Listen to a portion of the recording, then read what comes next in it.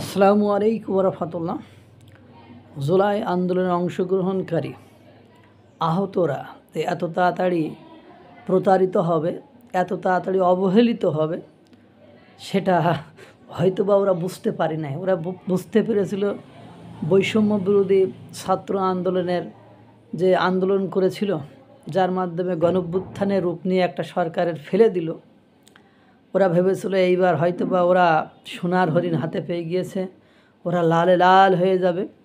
কিন্তু দুর্ভাগ্য হলো সত্য যে সেটার কোনো কিছুই হয়নি। 5ই আগস্টে অবকাশ যাপনের জন্য কক্সবাজার যাওয়ার সময় হয়, তাও আবার কিসে বিমানে করে। কিন্তু দুর্ভাগ্য হলো সত্য যে জাতীয় পঙ্গু হাসপাতালে 10 থেকে 12 জন পঙ্গুরা সিরিয়াসলি ইনজোর্ড এবং তাদের পায়ে সব রড টড ঢুকানো, তারা একটা পা করে হয়তো বা তাদের ভবিষ্যতে ড্যামেজ হয়ে যাবে, এরকম একটা পরিবেশ পরিস্থিতি।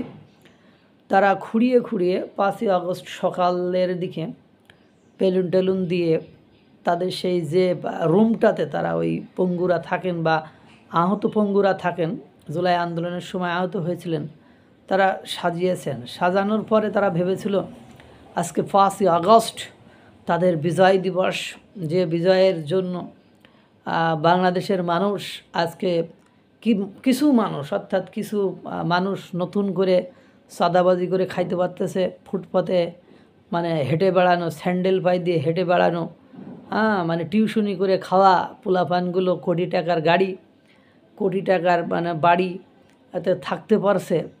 তারা মানে লাখ টাকার উপর মোবাইল, 50,000 টাকার উপর পাঞ্জাবি, জুতা এগুলো ব্যবহার করতে পারছে। তারা হয়তো বা বছরের সারা দিনগুলো না আসলেও 5ই আগস্ট অন্তত এই পঙ্গু হাসপাতালে এসে একবেলা খাওন দিয়ে সিম্পিতি এলাপতি নেওয়ার জন্য একটু অন্ততপক্ষে ভিডিও শ্যুট করে দেবে বা আপনার অডিও শ্যুট করে দেবে, ওটা ফটো শ্যুট করে দেবে।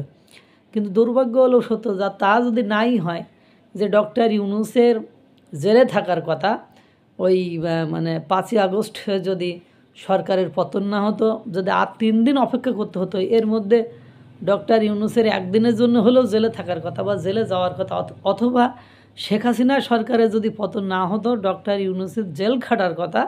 সেই ডক্টর ইউনূস ওই শান্তির তুলতুলে নরম এসির হাওয়ার গদিতে বসে আরাম আয়েসে দিন কাটাচ্ছে এবং তার গ্রামীণ ব্যাংকের যেসব টাকা আত্মসাতের অভিযোগে তার হলো মানে জেল হওয়ার কথা, সেই টাকাগুলো মাফ করে নেওয়া, ভবিষ্যতেও মাফ করে নেওয়া, তারপরে কেসগুলো সব মানে বাতিল করা, এই সুযোগ সুবিধাগুলো পেয়েছেন সেই সরকার। অন্ততপক্ষে নিজে না আসলেও তার একজন উপদেষ্টা, যদি অন্য কোনো উপদেষ্টাও না হয়, অন্ততপক্ষে স্বাস্থ্য উপদেষ্টা, তিনি অন্ততপক্ষে যে সিম্পিতি এলাপতি দেখাবেন। আরও সবচেয়ে হতাশাজনক এবং দুর্ভাগ্যের যে বিষয়, যেখানে অনুষ্ঠান হয়েছিল তার আশেপাশেই, অর্থাৎ 5ই আগস্টে সংসদ ভবনে যে অনুষ্ঠান হয়েছিল ওর পাশেই হলো আপনার মনে করেন জাতীয় পঙ্গু হাসপাতাল।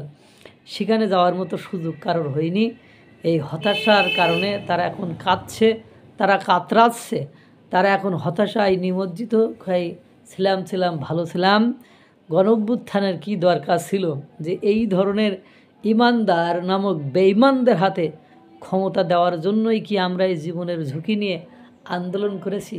দেখুন ভাইয়ারা, ক্ষমতায় যাওয়ার আগে সবাই পীর থাকে, ক্ষমতা পাওয়ার পরে যখন অর্থ, টাকা, নারী, গাড়ি, বাড়ি সামনে চলে আসে, তখন তোমাদেরকে তারা দরিদ্র, নোংরা, পচা, নর্দমার পানি মনে করে। তোমাদেরকে এখন নিয়ে তাদের ভাবার সময় নেই। তারা 5ই আগস্ট 1 মাস ধরে সারা বাংলাদেশের পানি, জল, ভাত, বিরিয়ানি, মোরগ পোলাও খেয়েছে ঘুরে ঘুরে। তারপরে এসে কক্সবাজার গিয়েছে, উড়িয়া, তারপরে মানে এ হাঁস সে হাঁস, মানে এ দূত সে দূতের সাথে তারা সাক্ষাৎ করা নিয়ে ব্যস্ত। কিন্তু দুর্ভাগ্য হলো সত্য যে তোমাদের দিকে চেয়ে দেখার মতো না কোনো রাজনৈতিক দল আছে। একটা রাজনৈতিক দল তো বিশ্ব মানবতার মুক্তির দূত, সবার হিসাব রাখে, সবার খোঁজ রাখে, এই বলে প্রচার করে, তাদেরও সময় হয়নি।